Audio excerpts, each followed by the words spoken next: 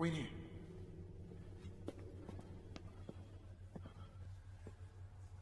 Hah?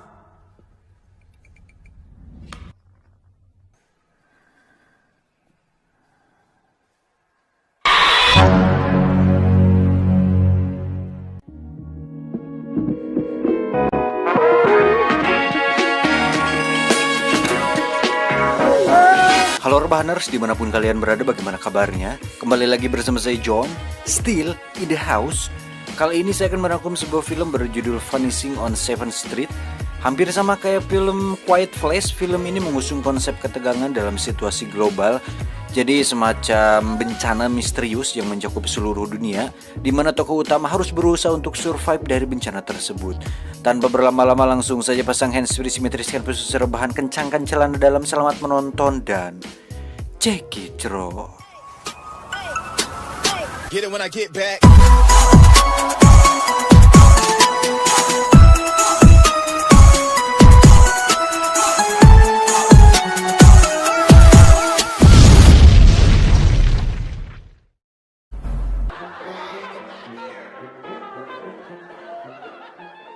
Diawali dengan memperlihatkan seorang pria bernama Paul, di mana dia merupakan seorang projeksionis atau orang yang bertugas untuk memutar gulungan film di bioskop.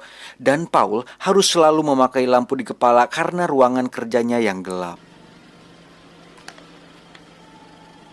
Pada hari itu terlihat banyak sekali pengunjung karena kebetulan hari itu adalah bertepatan dengan dirilisnya film Bernapas Dalam Dubur.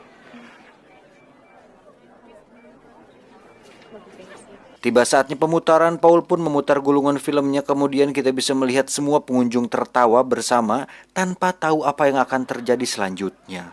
Karena tiba-tiba, ya, seketika lampunya mati, tapi bukan dikarenakan listriknya yang ngejepret, karena saat Paul keluar, dia melihat tidak ada siapa-siapa di sana dan hanya meninggalkan pakaian dan makanan yang tergeletak di lorong bioskop.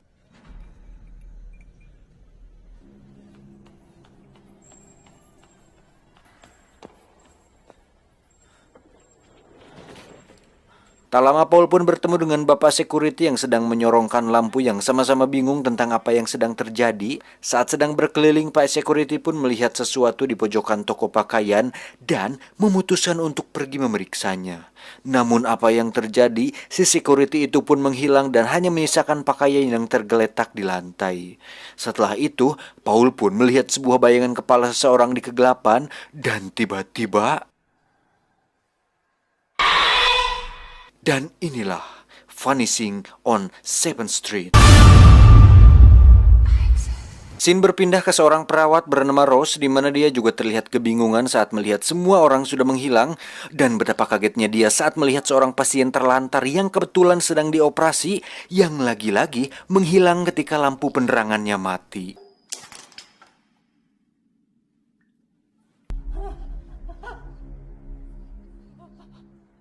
Esok paginya scene kembali berpindah kepada seorang pria yang tidur dengan ditemani lilin-lilin kecil di samping tempat tidurnya, di mana dia merupakan seorang jurnalis bernama Luke, pakai E. Tidak seperti Paul dan Rose, Luke pun belum sadar bahwa sudah terjadi sesuatu semalam. Namun saat dia keluar apartemen, Luke pun langsung dikejutkan saat melihat seluruh kota sunyi sepi, mobil bergeletakan, cangcut di mana-mana, dan semua orang menghilang bak ditelanjuri.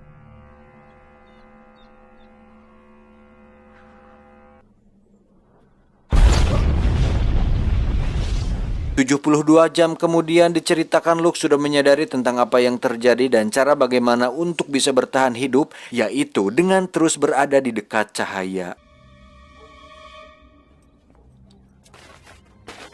Dan dengan bermodalkan beberapa lampu yang dibawanya serta sebuah pistol dan suar yang dia temukan di sebuah mobil, Luke akhirnya menemukan sebuah bar yang menggunakan generator dan masuk ke sana untuk beristirahat.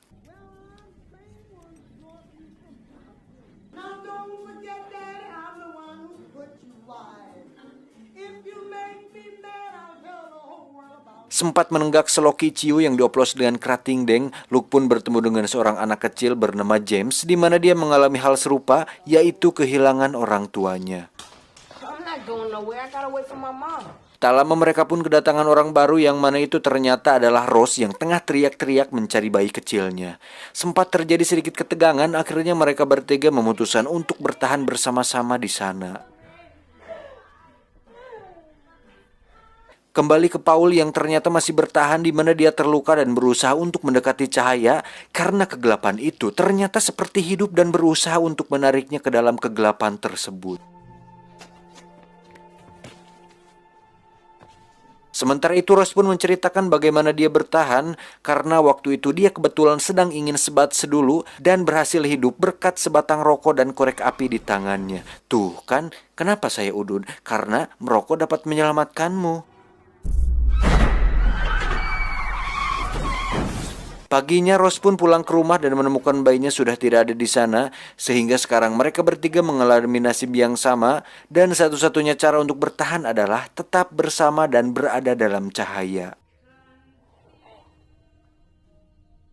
Tak lama mereka pun mendengar suara minta tolong di luar yang mana itu adalah suara si Paul, maka dari itu Luke pun memutuskan untuk pergi sendiri menyelamatkannya.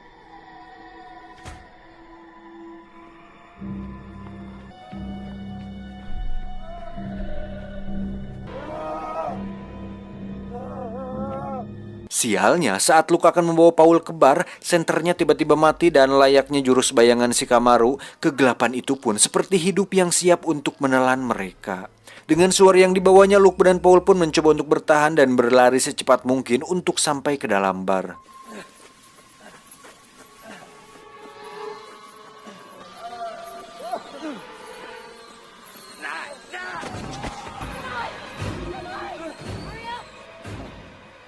Saat sudah di dalam, Paul pun menceritakan bagaimana dia bisa bertahan, yaitu berkat senter yang dibawanya. Saat itu senternya tiba-tiba mati di mana dia sempat dipukul dan dibawa oleh sesuatu dari kegelapan itu dan berhasil bertahan saat senternya kembali menyala. Paul pun memikirkan sebuah teori kenapa ini bisa terjadi, yang pasti bukan ulah petugas PLN yang iseng atau eksperimen ilmuwan, tetapi ini berhubungan dengan dunia supranatural yang mustahil dijangkau oleh mereka. Sempat terjadi sedikit perdebatan dan ketegangan di mana mereka semua langsung dikejutkan saat listrik mulai tidak stabil, lalu dengan cepat mereka mematikan beberapa perangkat untuk mengurangi beban listrik dan menuju ke ruang generator untuk memeriksanya. Setelah memeriksa generatornya, Paul kembali melanjutkan teorinya, namun kondisinya yang kritis membuat tubuhnya melemah dan pingsan seketika.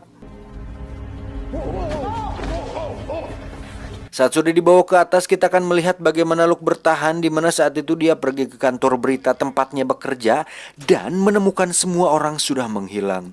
Namun Luke menemukan secercah harapan ketika dia melihat sebuah siaran dari Chicago yang mengatakan bahwa tempat itu merupakan tempat aman di mana orang di TV tersebut memperingati semua orang untuk tetap berada di dekat cahaya dan jangan mempercayai cahaya lain selain cahaya yang kita pegang sendiri. Dan setelah ingat tentang hal itu, Luke pun mengajak mereka untuk pergi ke Chicago dengan cara menghubungkan kabel dari generator di bar dengan aki mobil yang ada di luar. Untuk itu Luke dan Rose pun pergi keluar, sementara James ditugaskan untuk menjaga Paul di dalam.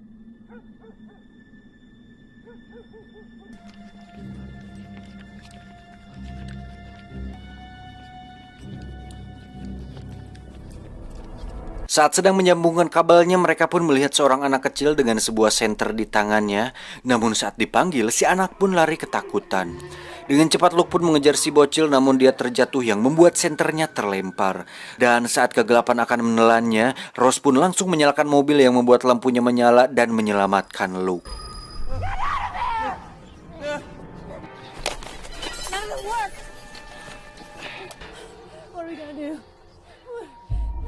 Di bar sendiri kita akan melihat Paul menyusul James di kamar mandi dan menemukan dia sudah tidak ada di sana. Paul pun terlihat menuju ke sebuah lorong panjang di mana terdapat lampu-lampu di atasnya untuk kemudian menemukan sebuah pintu dan saat dibuka itu adalah sebuah tembok yang merupakan jalan buntu. Tiba-tiba satu persatu lampu mati yang membuat Luke tersungkur dan saat akan ditelan kegelapan ternyata itu adalah halusinasi Luke saat detik-detik menjelang kematiannya ditelan kegelapan tersebut.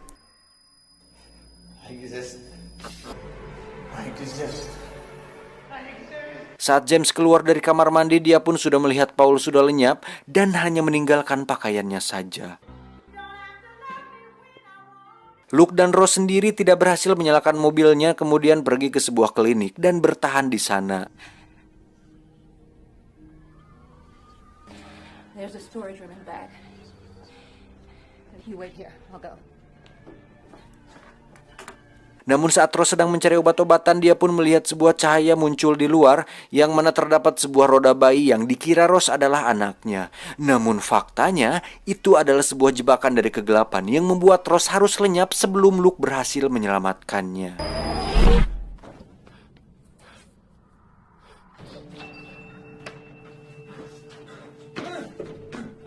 Luke kembali menemui James dan memutuskan untuk pergi dengan mobilnya, di mana Luke berusaha menyambungkan kembali kabel ke generator, dan saat mobilnya sudah menyala, Luke pun dengan cepat masuk ke mobil dan pergi dari sana.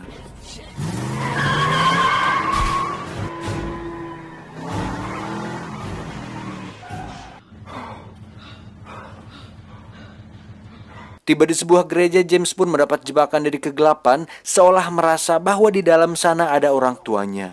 Untuk kemudian berjalan menuju ke dalam gereja, dan meski Luke sudah memperingatinya, James tetap kekerewet masuk ke dalam sana.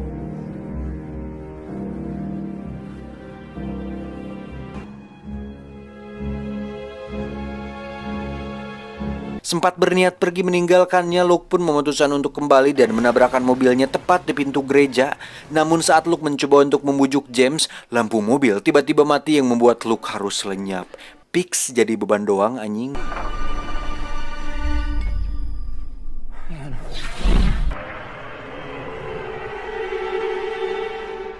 Sadar bahwa ini adalah jebakan, James pun dengan cepat berlindung di tengah cahaya lilin gereja, di mana kita bisa melihat kegelapan perlahan mulai menghinggapi seluruh ruangan.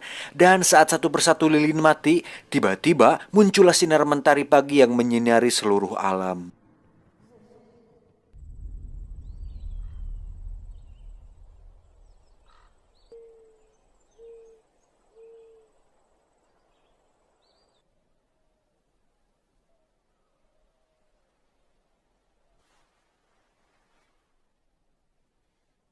Tak lama muncullah si gadis kecil yang tadi malam, di mana mereka berdua melihat seekor kuda di luar yang entah dari mana datangnya, untuk kemudian memutuskan pergi menuju Chicago sesuai yang dikatakan oleh Luke.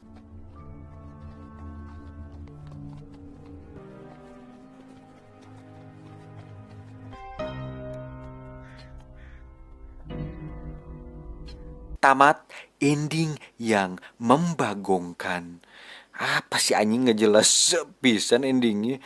Asal usul munculnya kegelapan tidak diceritakan. Penyebabnya seperti apa, bagaimana, malah si bocil yang bertahan sampai akhir. Tegangnya nggak seberapa, ya minimal sebab akibatnya dijelasin gitu loh. Ini mah kayak cawerang anjing. Apaan anjing. Dulu waktu nonton di televisi kayaknya seru deh film ini, tapi kenapa sekarang malah jadi kurang gini ya? Tapi ya udahlah, konsep yang diusung sebenarnya cukup menarik, premisnya juga cukup unik, cukup membuat penasaran. Cuman pengemasan dan eksekusinya mungkin bisa lebih dihebringin lagi gitu. Pasti lebih seru.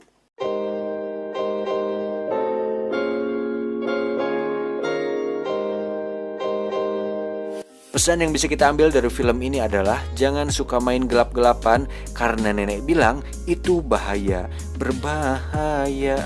Sekian untuk video kali ini, saya John undur diri, terima kasih dan adios. Anting siluman.